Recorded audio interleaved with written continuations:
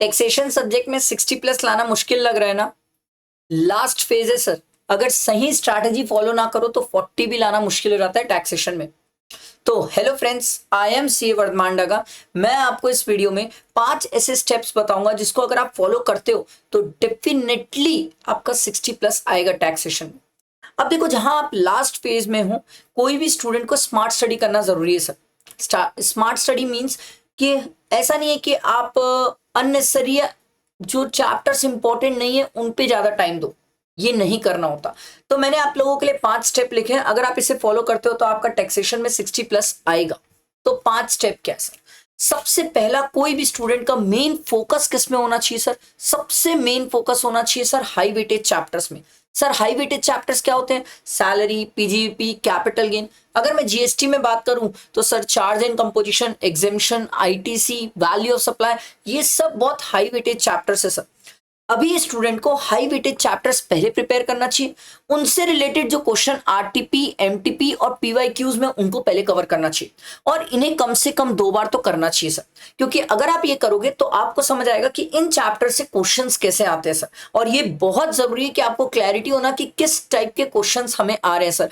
इसीलिए 2 बार करोगे तो परफेक्शन डेवलप होगा सर। ठीक है।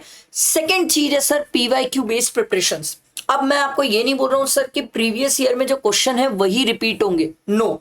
बट प्रीवियस ईयर के पेपर्स देखने का फायदा ये है कि सर आपको एक पैटर्न समझ आएगा कि किस टाइप के क्वेश्चंस आ रहे हैं सर। क्योंकि पैटर्न रिपीट होता है, पेपर रिपीट नहीं होता है सर।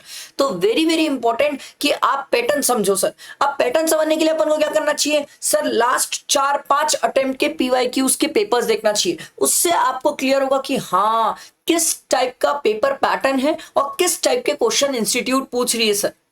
आ रही बात समझ? यहां तक समझ आए? Third is one of the very important चीज, 30 मिनट रिविजन मेथड सर। अब ये 30 मिनट रिविजन जो तरीका है वो बड़ा जबरदस्त है सर, और आपको ये डेली करना है। ये बहुत ही पावरफुल चीज है, बहुत जबरदस्त चीज है। अगर आप ये करो, आपको एग्जाम में इतना मजा आएगा, इतनी गजब पकड़ होगी और आप बाकी दुनिया से अलग होगे सर। तो कैसे करना होगा इसमें सर? आपको 10 मिनट्स कंसेप्ट में देना है, 10 मिनट्स उस चैप्टर के 1-2 इंपॉर्टेंट सम्स होंगे उनको ध्यान देना है, और 10 मिनट्स ऐसे इंपॉर्टेंट एडजस्टमेंट जिसमें आप फंस रहे हो।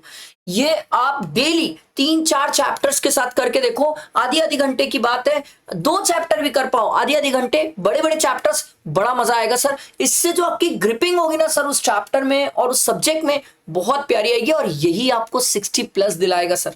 यही, इसी को बोलते हैं मल्टीपल रिवीजन। कंसेप्ट भी होंगे, इंपॉर्टेंट सम्स भी देखे जाएंगे और इंपॉर्टेंट एडजस्टमेंट्स भी देखेंगे हम सर। ठीक है।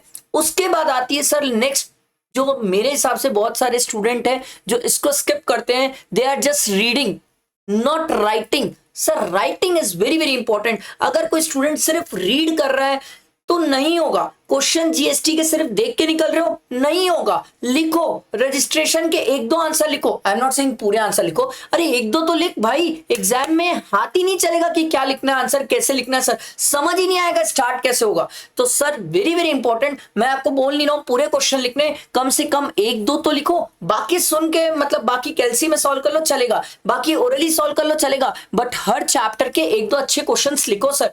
वो आपको बहुत हेल्प करेंगे सर, बहुत हेल्प करेंगे। And last not the least, वो है फुल मॉक टेस्ट।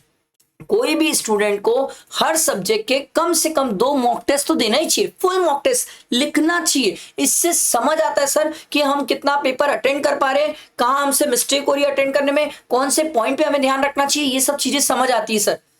अगर आप इन बातों को, इन 5 स्टेप्स जो मैंने आपको बताया सर, अगर आप इसे फॉलो करते हो, मैं आपको लिख के दे रहा हूं, आपका टैक्सेशन में 60 प्लस जाएगा सर।